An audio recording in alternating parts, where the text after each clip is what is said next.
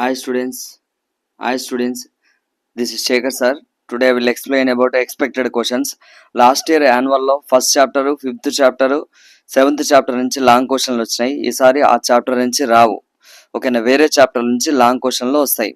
అందులో ఒకటి మనకు myopia is a expected question for this year.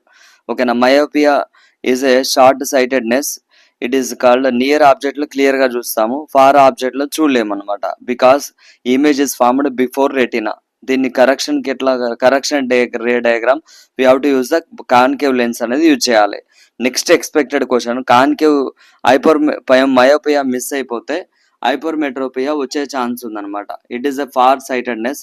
దగ్గర ఉన్నాయి కనబడవు, దూరం ఉన్నాయి కనిపిస్తాయి అన్నమాట. సో బైకాన్వెక్స్ లెన్స్ అనేది యూజ్ చేయాలి. ఓకేనా, డెఫినేషన్ రాయండి. Ray diagram, fault ray diagram draw చేయాలి. Next correction ray diagram draw చేయాలన్నమాట. నెక్స్ట్ మనకు ఈ రెండు మిస్ అయిపోతే మనకు హ్యూమన్ ఐ అండ్ కలర్ఫుల్ వరల్డ్లో స్కాటరింగ్ ఆఫ్ లైట్ ఎక్స్పెరిమెంట్ వస్తుంది. Practical experiment scattering of light అనేది వస్తుంది అనమాట. ఓకేనా, మనకు ఒక గ్లాస్ బీకర్లో సోడియం థయోసల్ఫేట్ తీసుకున్నప్పుడు ఓకేనా, ఫస్ట్ కలర్ అనేది ఉండదు. ఓకేనా, బట్ నెక్స్ట్ కలర్ అనేది చేంజ్ ఉండదు. నెక్స్ట్ సల్ఫ్యూరిక్ యాసిడ్ యాడ్ చేసినప్పుడు కలర్ అనేది గ్రెయిన్స్ అనేవి బ్లూ కలర్ లాగా వస్తుంది అనమాట. అది స్కాటరింగ్ ఆఫ్ లైట్. అది మిస్ అయిపోతే మనకు ఐ డిఫెక్ట్స్లో ఓకేనా టేబులేటెడ్ ఇస్తాడు. టేబులేటెడ్ క్వశ్చన్లు కూడా వచ్చే ఛాన్స్ ఉంది. For example person A maximum focal length 2.5, what is the defect? Person B cannot see the objects clearly, what is the defect? Minimum focal length person C greater than 2.27 అట్లా ఇస్తుంటాడు. ఓకేనా, tabulated form క్వశ్చన్లు కూడా ఇస్తుంటాడు. Next human eye and defects లో మనకు dispersion of light, explain any 2 activities అంటాడు. ఓకేనా, ఒక యాక్టివిటీ ఏంటంటే మనకు prism activity. You can write the prism activity. ఓకేనా, ప్రిజమ్ యాక్టివిటీ అని రాయొచ్చు, లేకపోతే మెటల్ ట్రే యాక్టివిటీ అయినా మీరు నేర్చుకుని రాయొచ్చు అనమాట. సో ఫస్ట్ మయోపియా, హైపర్మెట్రోపియా అది పర్ఫెక్ట్ అయిన తర్వాత స్కాటరింగ్ ఆఫ్ లైట్, డిస్పర్షన్ గురించి, ప్రిజమ్ గురించి నేర్చుకోండి.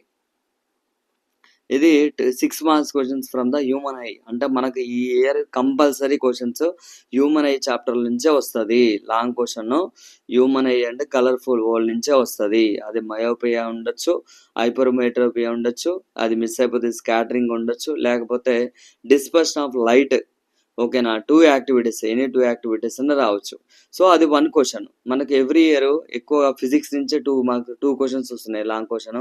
సో దిస్ ఇయర్ ఓమ్స్లో వచ్చే ఛాన్స్ ఉంది. లాస్ట్ ఇయర్ రాలేదు కాబట్టి ఈసారి వచ్చే ఛాన్స్ ఉంది.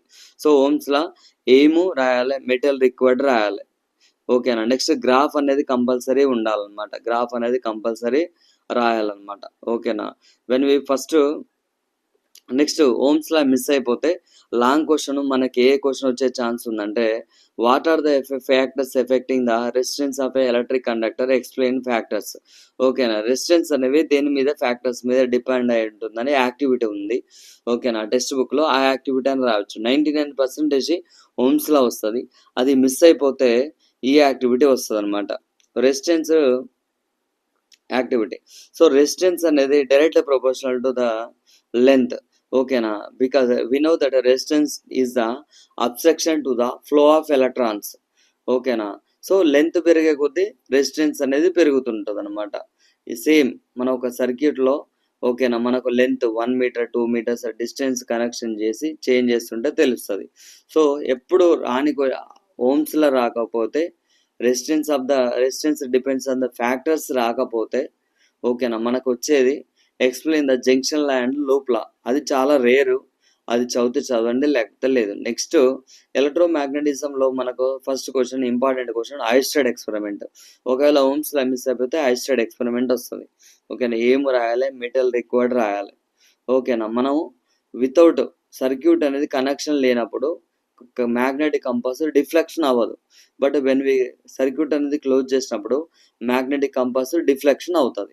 ఒకవేళ ఐస్టెడ్ ఎక్స్పెరిమెంట్ మిస్ అయిపోతే మనకు వచ్చే నెక్స్ట్ క్వశ్చన్ సాలినైడ్ అనేది సాలినైడ్ మీన్స్ ఒక తీగ చుట్టలోకి మనం కరెంట్ పంపిస్తే solenoid will act as a bar magnet. ఓకేనా, మ్యాగ్నెటిక్ ఫీల్డ్ లైన్స్ ఓకేనా south to north outside ఉంటాయి. ఓకేనా. Inside the magnet north to south అనేది ఉంటాయి అదనమాట. మ్యాక్సిమం మనకు ఐస్టెడ్ ఎక్స్పెరిమెంట్ వస్తుంది, అది మిస్ అయిపోతే సాలినైడ్ వస్తుంది. ఏం రాయాలి, మెటీరియల్ రిక్వైర్డ్ రాయాలి. మెటీరియల్ రిక్వైర్డ్ సాలినైడ్కు దీనికి అన్నిటికీ సేమ్ ఉంటుంది దాదాపు. నెక్స్ట్ సాలినైడ్ ఐస్టెడ్ మిస్ అయిపోతే ఆర్షు మ్యాగ్నెట్ అని వస్తుంది అనమాట. ఆర్షు మ్యాగ్నెట్ ఓకేనా. ఫీల్డ్ లైన్స్ అనేవి ఆర్షు మ్యాగ్నెట్లో ఎలా ఉంటాయి